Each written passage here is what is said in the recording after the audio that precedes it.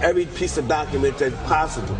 Talk about being in the wrong place at the wrong time. First-time dealer and former Crip Leroy Chico Brown was arrested with Rick. Chico walked into a DEA sting operation that was set up to capture and imprison Rick and trade for Rick's old partner, Danilo Blandone. How could this be possible? And we reading through the documents, and then that's when Gary Webb started explaining it to us, and we was like, everything came together now. One of the most paramount moments, perhaps caused by Gary Webb's Dark Alliance, took place in November of 1996. It was a monumental historic event. I mean, the director of the Central Intelligence Agency was coming to Watts to face the people. Now, we all know that the U.S. government and the CIA supported the Contras in their efforts to overthrow the Sandinista government in Nicaragua in the middle 80s. Now, it is alleged the CIA also helped the Contras raise money for arms by introducing crack cocaine into California. Deutsch felt he had to do something to try to deal with the outrage that was foaming all over the country at the time. And of course, it just blew up in his face. CIA fights drugs. CIA does not encourage drugs. I mean, it was actually one of the most monumental blunders of all time, if you think about it. We have no evidence of a conspiracy by the CIA to engage in encouraging drug traffickers in Nicaragua or elsewhere in Latin America. Deutsch was there because of the Gary Webb stories. The Gary Webb stories had sparked a national furor. I would like to have Richie Ross's brother to speak, please.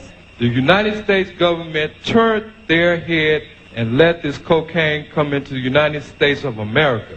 Allow Gary Webb to have full access. This whole thing is orchestrated. It was near pandemonium. It was about, I guess, 1,200 people in a standing room only in the auditorium, 2,000 people outside listening on loudspeakers.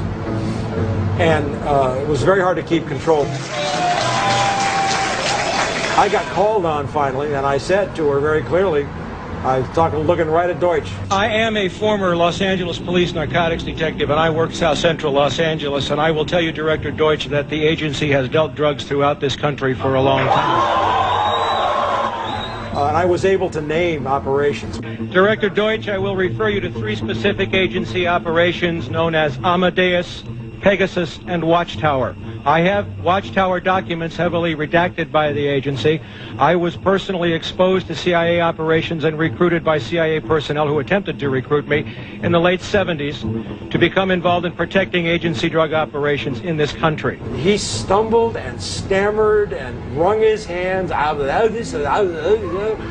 If you have information about CIA illegal activity in drugs, you should immediately bring that information to wherever you want, but let me suggest 3 places. The Los Angeles Police Department. And of course my response was, I started there 18 years ago, sir, and they tried to kill me. Now what do you want me to do? If this information turns up wrongdoing, we will bring the people to justice and make them accountable. The crowd started chanting, "We told you, we told you, we told you." And it was a great moment of unity. And it was a healing moment for me, because I'd been out alone for 18 years and didn't really know that kind of support was there for me either. The average person in South Central Los Angeles did not know anything about really how the CIA worked. They had an intuitive sense. If you have a private network run by George Bush and Ollie North, not the CIA, you won't find the records in the CIA. They're not there. They're in these privatized intelligence agencies. Will you pursue that? Will you pursue Ollie North and George Bush and the massive documentation? All these gentlemen, like this gentleman here, the co-defendant of Ricky Ross. They needed the money to finance the war in Nicaragua. They had the link. We know that from records now that they sent Blandone, who was a CIA operative, CIA, to school for marketing the product which we now know is cocaine. Me and Ricky Ross is waiting to get sentenced Tuesday, and what a judge gonna say to us come Tuesday?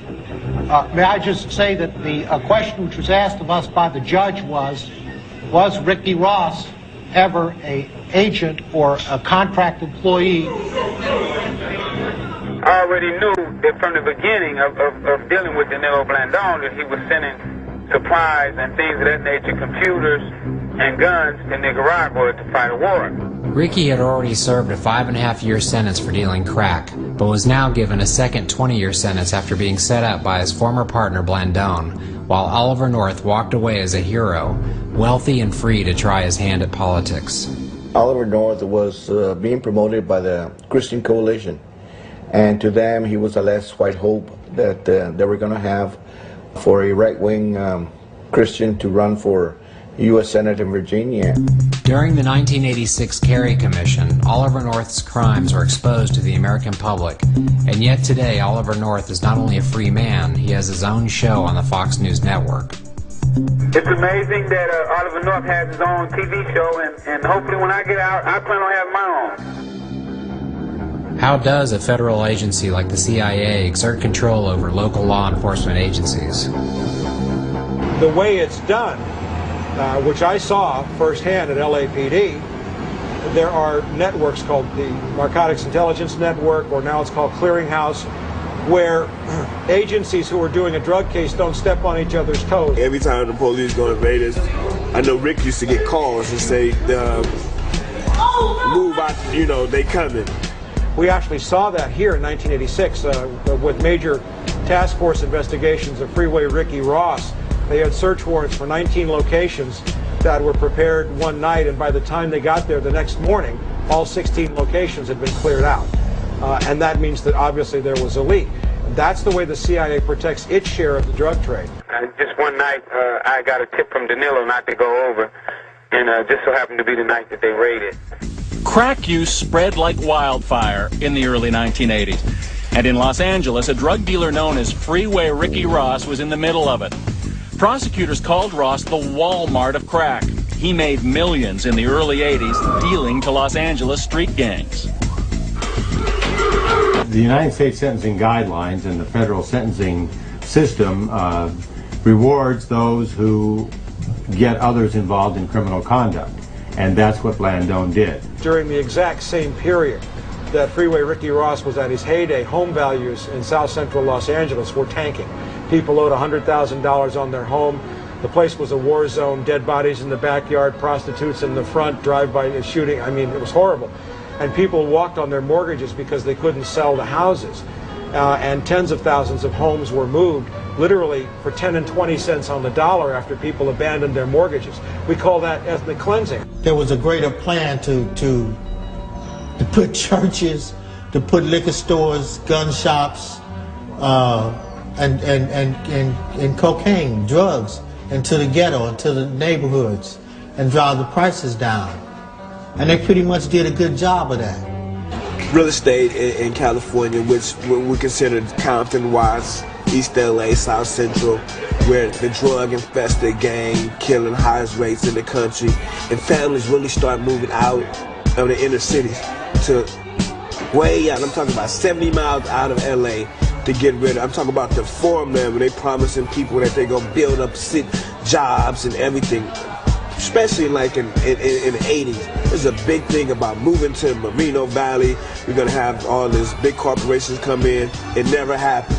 People actually moved out there, end up losing everything because the big corporations never came. And then a lot of investors came back here and started buying property for so cheap prices, and now the property value is sky high. You can't even afford to live in Compton and Washington without spending $300,000 for a home that my mother then paid $9,000 for. I think the prevailing view on Wall Street is anyone stupid enough to buy drugs deserves to die. And if you can make money from them while they're doing it, that's great. And if that's imposing a crime wave on a community away from Wall Street, that's okay. There's no drug crime on Wall Street. They pay cash, right? They pay cash. One of the important facets of the discussion should be what I call conspiracy theories. There are lots of folks out there, and there are books written on this by people who are in a position to know. Former DEA agents, former CIA operatives, things like that. And they tell stories about huge amounts of money, large-scale corruption in the big parts of government, etc.